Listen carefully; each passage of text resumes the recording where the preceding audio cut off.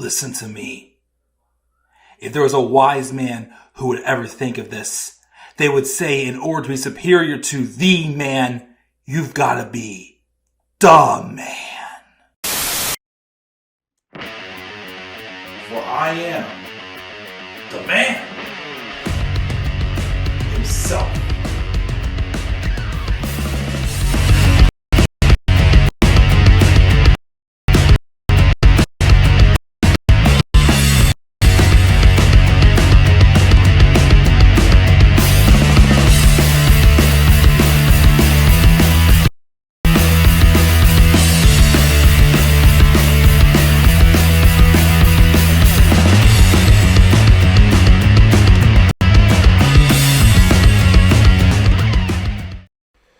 Well, so you remember the days when we said we wanted Monday Night Raw to go to 2 hours? Well, I myself can still say I got mixed feelings about Raw right now going back to 2 hours. But I know after this episode of Raw, there was an uproar. All of the fans for years who said they wanted Raw to go back to 2 hours. A lot of those people were now saying, yeah, Raw should have stayed 3 hours. Well, I got my opinions.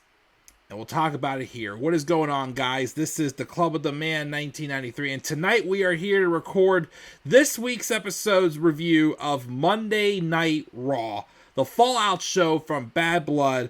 And we're on the road to Crown Jewel, which, I gotta be honest, so far, I'm not that pumped for it. These champion versus champion matches, again, they just need another stipulation to it. That's all they need. They just need another stipulation to it. Instead of just a bragging rights trophy. It needs something like, the winning team, the winning champions get that champion gets the headline WrestleMania. Or that team's champion gets the first pick of the draft. Or that team's champion gets to, their brand gets to be something with the Rumble. I don't know. Some other stipulation besides bragging rights. So, again, right now, Crown Jewel is probably one of the pay-per-views with WWE I'm the least excited for this year. At least it's that way and not some other show that, you should be more hyped for. But, maybe they'll change their mind in the coming weeks. But this week's episode of Raw, the October 7th, 2024 edition, by the way, that took place in St. Louis, Missouri, home of the Viper, Randy Orton, was the first show since 2012. First episode of Raw that's been 2 hours, as Raw returned to 2 hours this past week.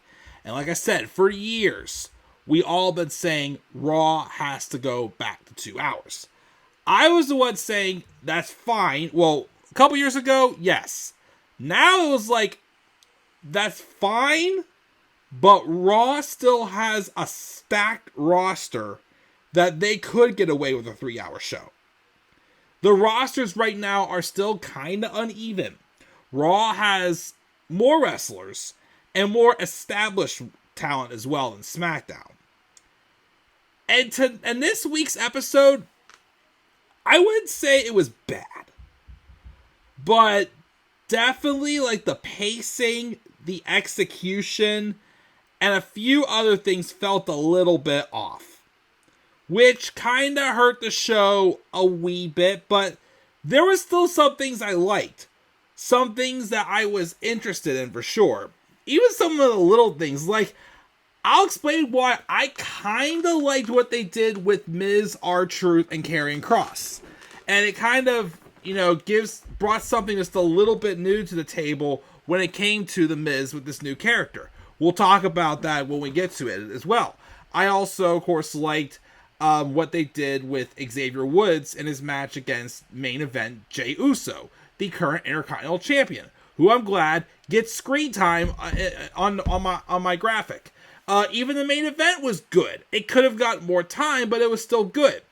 And, of course, the opening promo with Seth Rollins was good as well.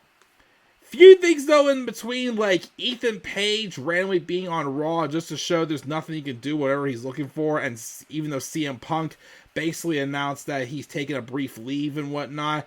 The stuff they did with Liv, Raquel, and Dawn was a little odd, too, and the random 10-woman's tag match, too, was just weird. Like I said, the pacing just felt a little bit off. Some stuff did feel rushed, but they're adjusting back to 2 hours. So I'm not going to say going back to 2 hours was a bad idea, but it shows that they are affected by it. They have to readjust to the pacing. And again, also, they definitely have to even out the depth on the rosters. Honestly, it wouldn't surprise me if we did a soft drop in the brand split until we get to the next draft. It wouldn't surprise me if they did that, which we kind of saw it when Triple H first took over in 2022 until the draft came back in 2023. If we went that route again, it wouldn't surprise me. So we may get it, but we may not. We'll see, though. But let's get in and talk about the show and talk about what I liked, what I didn't like, and we are going to roll from there. So, the show opened up with CM Punk coming out. And he, of course, comes out to do his usual thing, but he stays on the stage. He doesn't come down to the ring, as he says he's in no condition to even be here or whatnot. But he wanted to come to see everyone. He's alive but doesn't feel like it. He's a winner but doesn't feel like he won. It felt tremendous stepping outside of hell and slamming the cage door behind him, but the way that match made him feel leaves him with a lot of questions. He doesn't know what the future holds. He told us he had 0 Hell in a Cell matches in him, and he was right. He's banged up. He's worse than he's ever been from that match, which, of course, obviously, in the way that match went down, he's selling it like $1 million. He said he's banged up worse than he's ever been in his life, and he loves all of us, but right now he just doesn't know. But he wants to thank 3 people who have a lot more in common with each other than they want to admit. Of course, he admits the fans, who shows signs, chanted his name for 7 years before he returned to wrestling, and waited even longer before he came home. He thanks him and says there's never been a second he thought he could do it without any of them. He also thanks his peers, men and women that he feels privileged to be able to walk the hallways with, people he sees on a weekly basis, or at least most of them. It's been a joy and pleasure to work alongside them. And last, also, oh crap, let's go a little too far. To the people who don't like him at all. There's a thin line between love and hate, and he turned their hate into cash. So he has to thank them for that. He doesn't know why they keep doubting him, but keep doing so. He's going to go home and see his wife, who he hasn't seen in 5 weeks, because he claims he was in hotels because he didn't want his wife to, see him the way he is. And he would like to say he'll see everyone soon. But he doesn't know when soon is. Which I heard rumors that apparently it'll just be until after Crown Jewel, I've heard. I wouldn't be surprised, though, if we didn't come back till Rumble. But I feel like he is going to get a match with Gunther for the world title now. So I think he'll be back for Survivor Series. I heard, though, he's not in support of WWE, though, going overseas for the Saudi Arabia shows. So that's why he's kind of like off TV, which also selling the hell, no pun intended, he was with Hell in a Cell is also good as well. But of course, as he's leaving, out comes Seth Rollins, who returned last week and cost Bronson Reed his last Monster Standing match. And by the way, also speaking of Braun Strowman apparently did get injured during that match, and it's a torn groin. So I don't know how long Braun's going to be gone for, but he's going to be missing a little bit of time as he gets his groins healed. Anyway, Seth Rollins comes out. Him and Punk have a little bit of a stare down, obviously teasing the WrestleMania match, and then Seth shoulder checks Punk on his way out to the ring. Anyways, he gets in the ring and says he's got to do the right thing before he gets started, and after everything Punk went through on Saturday. For everyone in the building, CM Punk, get well soon, because the sooner he gets back, the sooner he can kiss his ass. I mean, sorry, not kiss his ass. Kick his ass and retire him for good. And now we move on. He's been gone for a few months. Things have gotten a little crazy. He tuned into Bad Blood. He saw Dom hang from a shark cage. The final boss is back. And hell must have frozen over because Cody is out here teaming with Roman Reigns. He kind of showed some reactions like he wasn't too happy with that. Like I said in my Kevin Owens turn alert, if there's anybody, or either Kevin Owens or Jimmy Uso, I can't remember which one it was. But as I said, if there's anybody who should be upset more with Cody than anyone else, it should be Seth Rollins. Because Seth Rollins is probably the biggest reason why Cody Rhodes won at WrestleMania. So, I can completely understand why Seth isn't happy with that. And he also mentions that Cody got punched in the mouth by Kevin Owens, but he's not supposed to talk about that. A lot of people say we're supposed to talk about that. But he says as far as himself, though, he's back to destroy Bronson Reed. Bronson's not here tonight, but he knows he's somewhere watching, and he wants to listen real close. He gets right up in the camera and says that Reed tried to ambush him 2 months ago, end his career, and just for what? To make a name for himself? Well, congrats. After 6 tsunamis, Seth knows his name. You want to get famous, big boy? He'll give him his 15 minutes of fame, and he challenged him to a match. Name the time, name the place. Probably a crown jewel. That has to be a pay-per-view match. And just as Raw is about to continue, though, Jey Uso interrupted him. Rollins kind of didn't seem too happy about this. I was kind of like, because I didn't think there was any bad blood between Jey and Seth anymore, no pun intended. But whatever it was that bothered him, then he got interrupted, or maybe he just getting jealous of Jey, I don't know. But that was interesting there. And then we had the Intercontinental title match between Jey Uso and Xavier Woods. Match was short, but I do like how it played about where it was short, and Xavier kind of had his little spurt where it looked like he was about to win, but then he made one little mistake and walked right into Jay's super kick, leading him doing the splash, which of course he had the pose and style in the air, and Jey Uso won by pinfall. And afterwards, he immediately went to go show a sign of respect. Kofi was out there. He shook Jay's hand. Remember, 2017, after they got done feuding each other, they gained respect for one another, the New Day and the Usos, and they proclaimed an Us Truce. Remember that? Well, Xavier Woods ain't about an Us Truce. And Xavier Woods, too, was kind of a little more heelish in this match. He definitely was a lot more aggressive, had a little bit more of a dark side to him in the match. And afterwards, he was just pissed and he refused to shake Jay's hand. Kofi called him out for it, and Woods yelled at him about how, yes, he got beat, congrats, go shake his hand, but Xavier refused. So Jay is celebrating, and then out of nowhere, bam! Braun Breaker came out of nowhere and speared Jay.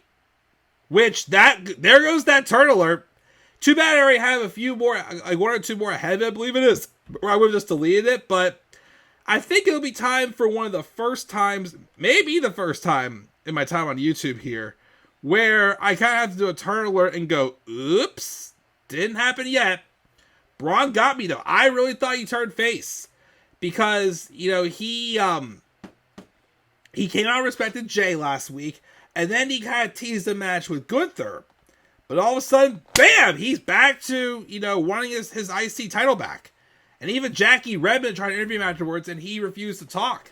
So it could have been a thing where storyline was he was legitimate last week, but maybe Jay did something that kind of set him off again.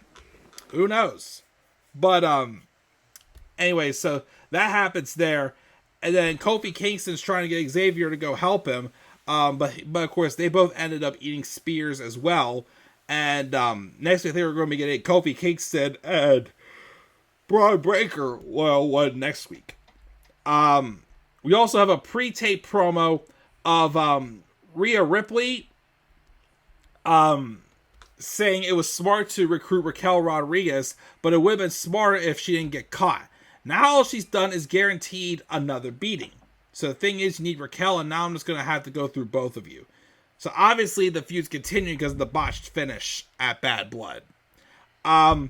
We also get another video package of this teases, which is probably the War Raiders. A PFR came up on the screen, which I think someone said somewhere it's some language's symbols for war. Showing that, again, the Viking Raiders are probably coming back as the War Raiders. We'll see how that goes. It may be too late to salvage them as well, too, but who knows. But, they're on their way back. There was then some technical difficulties where Wade Barrett wanted to talk about what happened with Kevin Owens and Cody Rhodes off the air last week.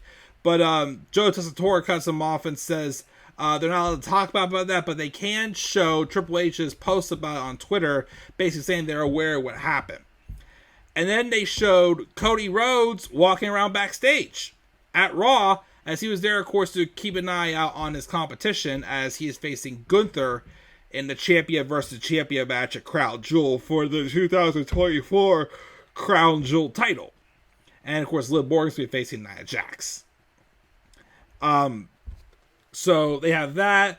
And then we have this backstage promo. I actually like this. So we all know last week The Miz turned heel on R-Truth. And Karrion Kross is kind of like the devil on his shoulder as like the role he's kind of been playing in the past few weeks. Because it worked with Miz, and now he was working on blackening the heart of Xavier Woods. But anyways, backstage, Kross is talking to the Miz. And then we see like a little like tease of the Wyatt Six. I don't know what that means, that the Wyatt Six are going to next feud with the Final Testament. I don't know. But the Miz was talking to Karrion Kross when R-Truth showed up. And Truth told the Miz, hey, I forgive you. And then Miz said, what do you mean? He goes, Awesome Truth is over. Truth said, yeah, but our kids play together.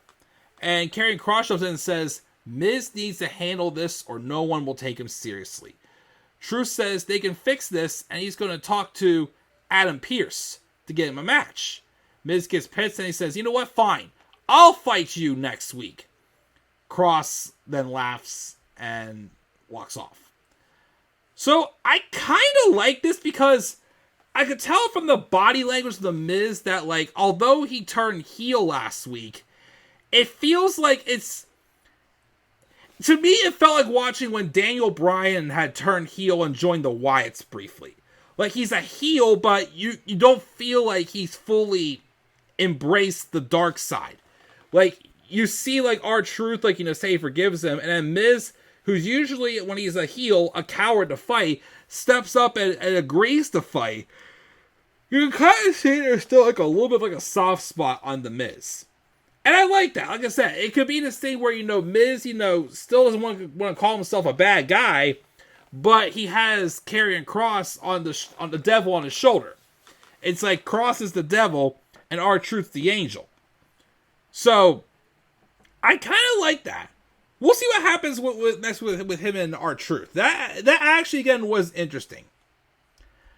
Sheamus and Pete Dunne then had a Donnybrook match. Definitely the best match of the night. I thought it was awesome. Both guys just hitting each other hard with the different weapons, with the cricket bats, the shillelaghs. Of course, everybody loved the best part of the match. First off, they climbed up onto a stack of those barrels. Sheamus on the barrels did a 10 beat to the boundary with Pete Dunne, and then he does a white noise off the top of those barrels through the tables. It was a 6 spot. It was a physical match. Although, of course, my only thing is Sheamus won. No offense to him, I felt Pete Dunne could have used the win. Because Sheamus beat him after Pete Dunne had tied him up with Z-straps, or not Z-straps, tie wraps. I'm sorry, tie wraps it was. had handcuffed Sheamus with tie wraps, and Sheamus won with a handless bro kick, basically, to him. So great match. Again, not sure how I feel about Pete Dunne winning, but whatever. Kathy Kelly was interviewing Cody Rhodes backstage. She asked him how's he feeling, and he said he can't speculate on everything that transpired at Bad Blood. We'll see that on SmackDown. He's just here, though, to see about his crown jewel opponent, which will either be Gunther, or, of course, it could be Sami Zayn, who's challenging Gunther in the main event. He ran into Sami, who tells him he plans on being the guy Cody will face a crown jewel. And Cody says he's hoping that happens as well. He wishes Sami luck, and he says hope he can pull it off. That's all that basically wrote there. Then there was the weird segment where Raquel Rodriguez, Liv Morgan, and Dominik Mysterio arrive in a limousine, which Raquel was basically playing mommy. She drove the car. Dom and Liv were in the back seat together. You can only imagine what may have been going on back there. Just saying. But it was a weird segment. They basically got out of the car. It was like a hi-bye thing, and then they were trying to get some answers about Raquel, and they just got back in the car and just drove away. It was odd. I don't know. It was weird. We also have this random backstage segment where Adam Pearce was talking to Ava Raine, The Rock's daughter, who's also the general manager for NXT, when the former NXT champion Ethan Page rolls up. And he says he wants to talk about CM Punk. Because I'm guessing he thinks CM Punk screwed him out of retaining the title over Trick Williams on the CW's debut last week. And Pearce says, hey, if you want to talk about Punk, you need to talk to the person who made him special guest referee, that was your boss. And then Ava says, I'm off the clock, so I'm not going to deal with all this. And I guess they say he has to worry about it tomorrow at NXT. Then what was the point of him coming? Like, I doubt we're going to see a match unless it's on NXT, unless it's on NXT, I doubt we're going to see a match with CM Punk and Ethan Page, but I don't know, who knows, we'll see. Then we had this very random 10-woman's tag match. It was the Unholy Union, which is Isla Dawn and Alba Fire, teaming up with the Pure Fusion Collectives, Shayna Baszler, Sonya Deville, and Zoe Stark. And they took on Lyra Valkyria, Katana Chance and Kaden Carter, Zelina Vega, and Natalya. Match was fun. I mean, it was fast-paced and all whatnot, but I didn't get what the point of it was. The babyfaces won. Again, it was a quick match, kind of pointless. Even if this is a way where they're getting their comeuppance on the PFC, didn't mean much to me, if I'm being honest, but, whatever. They also had a backstage segment where Bianca and Jade are saying they're looking forward to defending their tag titles against Damage Control, even though they faced them, of course, before. I give them props for getting one over with Io getting one over on Bianca recently, but they'll be ready to run it back next week. So I guess it's a match for next week. The women's tag champions, Bianca and Jade, defend against Io and Kairi. And then the main event was Sami Zayn and Gunther. Match was fine. Nowhere being as close as their WrestleMania match, of course, was. But again, they only had like 15 minutes. They definitely could have gotten a good 20, 25 minutes out of this. Maybe even longer, but Gunther did retain. Although Sami Zayn had a moment where I think he kicked out of one at a powerbomb, and then Gunther had to basically get him to pass out by submission to get the win. Afterwards, Cody Rhodes came out. They had a stare down, and that's how the show ended. Not much to really say. Like I said, there's some things that interested me, some things I thought that were odd. I'll stick and give this show a B.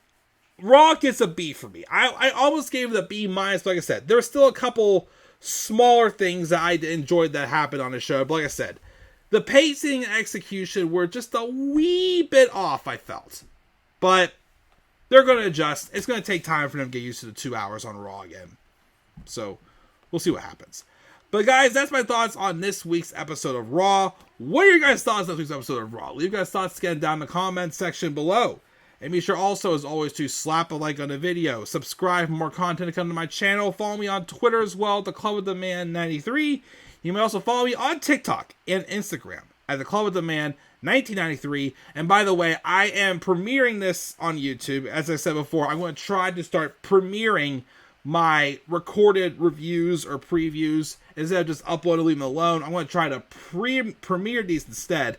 So because of that, following this in just a few minutes, you will be also be seeing the premiere of my Turtler, my first ever, never mind, where I do my Turtler on Bron Breakker, reverting back to a heel role, just a week after he teased going babyface. But I'll catch you guys then. Until then, guys, I'll check it out, and do not forget, in order to be superior to the man, you've got to be the man. And for I am the man himself. And that is not just an opinion, my friends. That is a fact of life. Yeah!